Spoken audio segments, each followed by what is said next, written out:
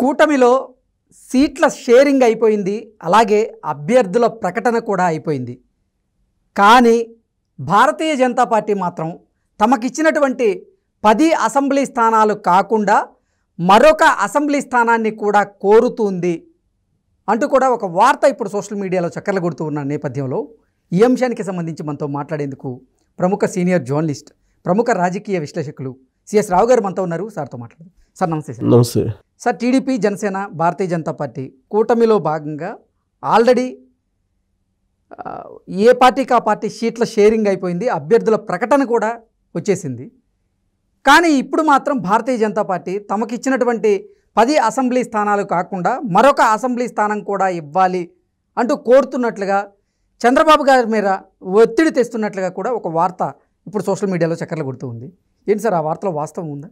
100% వాస్తవం ఉంది. ఎందుకంటే ఆంధ్రప్రదేశ్ బీజేపీ అధ్యక్షురాలుగా ఉన్న పురంధరేశ్వరి ప్రెస్ మీట్లో ఆవిడ చెప్పడం జరిగింది, 11వ స్థానాన్ని కూడా మనం అడుగుతున్నాము, 11వ స్థానం కూడా ఇస్తారు, 10 కాదు ఇంకోటి కూడా మన కూటమిలో వచ్చేటువంటి అవకాశం ఉందని చెప్పి ఆవిడ అఫీషియల్గా ప్రెస్ మీట్లోనే చెప్పడం జరిగింది. కాబట్టి 100% ఆ న్యూస్ నిజమే. అంటే తెలుగుదేశం పార్టీలో ఉన్నటువంటి 144 స్థానాల్లో ఆ ఒక సీటు ఇచ్చే అవకాశం ఉందా, లేదంటే జనసేనలో ఉన్నటువంటి 21 స్థానాల్లో ఆ ఒక సీటు ఇచ్చే అవకాశం ఉందా? ఒకవేళ ఆ ఒక్క సీటు కనుక ఇస్తే అంటే ఏం చెప్తారు సార్? దీంట్లో క్లారిటీ, స్పష్టత రావాల్సి ఉంది.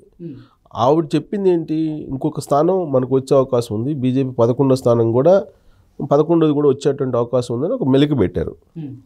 ప్రెస్ మీట్లో విలేకరులు అడిగినటువంటి సందర్భంగా ఇంకో స్థానం కూడా మా కూటమిలో వస్తుందని చెప్పారు. కూటమి అంటే ఏంటి, తెలుగుదేశం ఉంది, జనసేన ఉంది. సో కూటమిలో భాగంగా తెలుగుదేశం నుంచి తీసుకుంటారా, జనసేన నుంచి తీసుకుంటారా అనేటువంటి సందిగ్ధత అయితే ఉంది. కానీ 11ది మాత్రం స్పష్టత ఉంది. 11ది కావాలని బీజేపీ కోరుతుంది అనేటువంటి విషయం మాత్రం స్పష్టత ఉంది. ఎందుకంటే బీజేపీ అధ్యక్షురాలే చెప్పారు కాబట్టి. సో ఆ 11 ఎవరి నుంచి తీసుకుంటారు, జనసేన నుంచి తీసుకుంటారా లేదా తెలుగుదేశం నుంచి తీసుకుంటారా అనేటువంటి ప్రశ్న వెంటాడుతుంది. దానికి ఒక క్లారిటీ చంద్రబాబు నాయుడు ఇచ్చేసారు ఇవాళ. ఎందుకనంటే ఆల్రెడీ అభ్యర్థులు ప్రకటన చేసేసారు. అసెంబ్లీ అభ్యర్థులకు సంబంధించి 144 మొత్తం ఫైనల్ లిస్ట్ కూడా ఇవాళ అనౌన్స్ చేసేసారు. అలాగే లోక్సభకు సంబంధించి కూడా ఫైనల్ లిస్ట్ అనౌన్స్ చేశారు. సో ఇక్కడ తెలుగుదేశం పార్టీ నుంచి ఒక్క సీటు కూడా వెళ్ళేటువంటి అవకాశం లేదు బీజేపీకి, ఏదైనా సర్దుబాటు చేసుకుంటే తప్ప. కొన్ని సర్వేలు చేసుకొని చివరి నిమిషంలో గెలుపు గుర్రాలకే మనం ప్రాధాన్యత ఇవ్వాలి కాబట్టి ఆ యాంగిల్లో ఏదన్నా ఆ యాంగిల్లో మార్పులు చేర్పులు ఉంటే తప్ప మ్యూచువల్ చేంజెస్ ఏదైనా చేసుకుంటారేమో కానీ ఈ షేరింగ్లో మాత్రం తేడా వచ్చే అవకాశం లేదు. తెలుగుదేశం పార్టీ అయితే ఇచ్చేటువంటి అవకాశం కనిపించట్లేదు. ఎందుకంటే అభ్యర్థులు ప్రకటించారు కాబట్టి, ప్రకటించినటువంటి అభ్యర్థుల్ని ఉపసంహరించుకొని బీజేపీకి ఇచ్చేటువంటి పరిస్థితి తెలుగుదేశం పార్టీలో ఉంటుందని నేనైతే అనుకోవట్లా. ఇక జనసేన ఇప్పటికి కూడా కొన్ని అభ్యర్థులు 3 ఉన్నాయి పెండింగ్లో. సో వాళ్ళు ఏదైనా ఒక స్థానం బీజేపీకి ఇచ్చేటువంటి అవకాశం ఉందా అనేది ఒక సందేహం. ఎందుకంటే ఆల్రెడీ వాస్తవంగా జనసేన పార్టీకి మొట్టమొదటి 24 ఇచ్చారు. ఆ 24లో మళ్ళీ ఒక 3 త్యాగం చేశాడు, 21. కానీ ఇప్పటికి కూడా ఆ 21కి సరైనటువంటి అభ్యర్థులు దొరకట్లేదు. ఇప్పుడు ఎక్కడైతే తెలుగుదేశం పార్టీ బలంగా ఉందో అక్కడ కావాలని చెప్పి బీజేపీ అడుగుతుంది, అక్కడ కావాలని జనసేన అడిగింది. సరే ఎట్టకేలకు మొత్తం మీద వాళ్ళు సర్వేలను బేస్ చేసుకుని IVRS సర్వే అని అవన్నీ అని గందరగోళం చేసేసి మొత్తం మీద ఒక కొలిక్ అయితే వచ్చేసింది. ఇక జనసేన ప్రకటించాల్సి ఉంది. జనసేన ఇంకా ప్రకటించాలి, 2, 3 ప్రకటించాలి, ఇంకా 3 అనుకుంటా ప్రకటించాలి. ఆ 3 కూడా ప్రకటిస్తే ఇంకా క్లారిటీ వచ్చేస్తుంది. ఆ 3 ప్రకటించలేదు కాబట్టి ఇంకొక స్థానం మాకు వస్తుందని చెప్పి పురంధరేశ్వరి నిన్న ప్రెస్ మీట్లో చెప్పడం. ఇప్పటికే భారతీయ జనతా పార్టీకి 3 స్థానాలు త్యాగం చేశారు. ఎవరు? మన పవన్ కళ్యాణ్.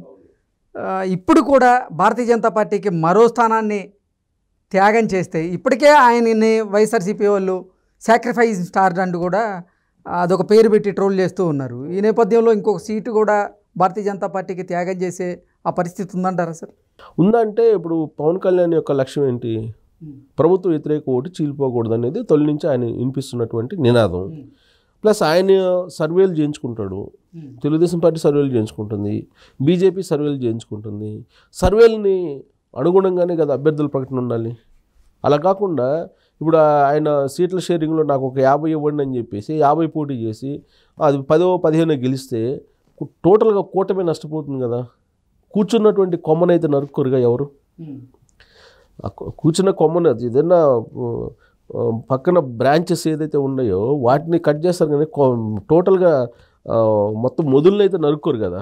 సో అలానే పవన్ కళ్యాణ్ ఏంటంటే కొంత కేంద్రంలో బీజేపీ ఉంది కాబట్టి బీజేపీకి ఇస్తే ఒక ఘటన అవుతుందేమో, లేదంటే అభ్యర్థులు అక్కడ ఎవరైతే అభ్యర్థులు ఉన్నారో అనపర్తి ఉంది, ఆ అనపర్తి బీజేపీలో జరిగింది ఏంది, పురంధరేశ్వరి వర్సెస్ సోమవీర్రాజు, లేదంటే పురంధరేశ్వరి వర్సెస్ బీజేపీలో వైఎస్ఆర్ కోవట్లు అనేది నడుస్తుంది.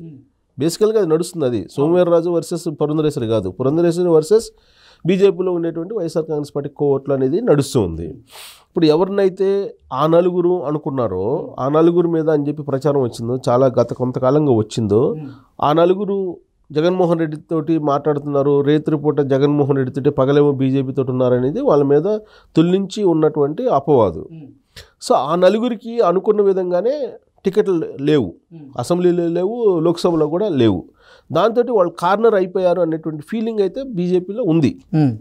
సరే, వాళ్ళు చిన్న లీడర్లా పెద్ద లీడర్లా, లేదంటే వాళ్ళు పబ్లిక్ని ఎంతవరకు మోటివేట్ చేయగలరు, అసలు పబ్లిక్ని ఇన్ఫ్లుయెన్స్ చేయగలరా, వాళ్ళకి ఇస్తే ఎలా ఉంటుంది, ఇవ్వకపోతే ఎలా ఉంటుంది, ఇవన్నీ తర్జన భర్జన పడిన తర్వాతనే బీజేపీ అధిష్టానం ఒక నిర్ణయం తీసుకుంది.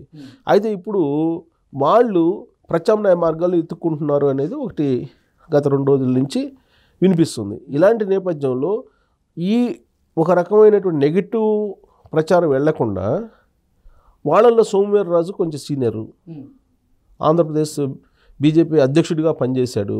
సో కాబట్టి అతనికి ఇస్తే ఎలా ఉంటుంది అనేది ఒక సెకండ్ థాట్ చేస్తున్నట్టు కూడా అనిపిస్తుంది. దానికి కూడా జగన్మోహన్ రెడ్డి ఏదో చక్రం తిప్పుతున్నాడు ఢిల్లీలో అనేది ఒకటి అనిపిస్తుంది. సో ఆ క్రమంలో ఇప్పుడు పురంధరేశ్వరి రాజమండ్రిలో పోటీ చేస్తున్నారు లోక్సభకి. ఆ లోక్సభ పరిధిలోనే ఈ కాన్స్టిట్యున్సీ ఉంది అనపర్తి ఉంది. దాంట్లో సోమవీర్రాజుని పెడితే ఎలా ఉంటుంది అనేది కూడా ఒక సందేహం. అక్కడేమో రెడ్డి సామాజిక వర్గం బలంగా ఉంది అని చెప్పి వినిపిస్తుంది.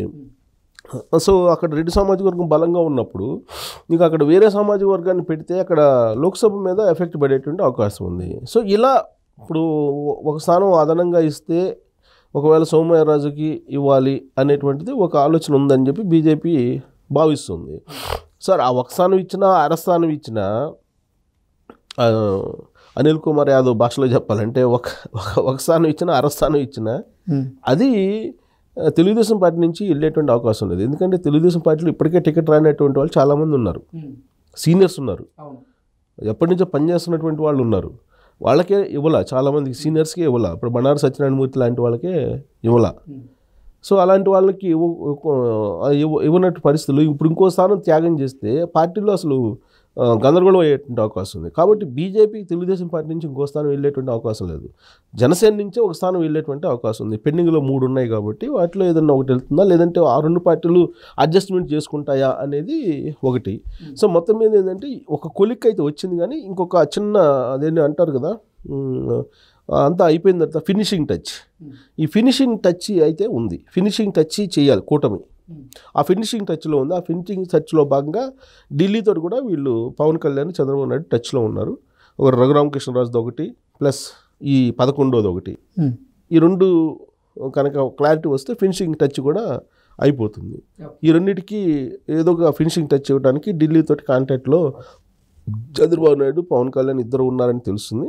అది బహుశా నేను అనుకుంటున్నా 2-3 రోజుల్లో ఆ ఫినిషింగ్ టచ్ వచ్చి ఒక రూపానికి కూటమి క్లియర్గా వచ్చేటువంటి అవకాశం ఉంది. Okay sir, thank you sir.